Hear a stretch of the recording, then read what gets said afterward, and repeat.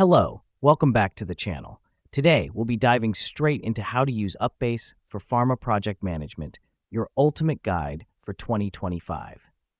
Step 1 is setting up your UPBASE account. It's as easy as visiting the UPBASE website and following the prompts. Now, this is crucial because it's your first step towards efficient project management. Next, we move on to creating your first project.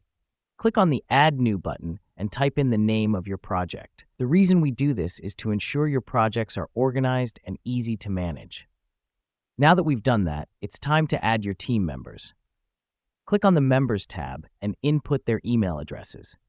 This helps us because it allows for effective collaboration and communication within the team.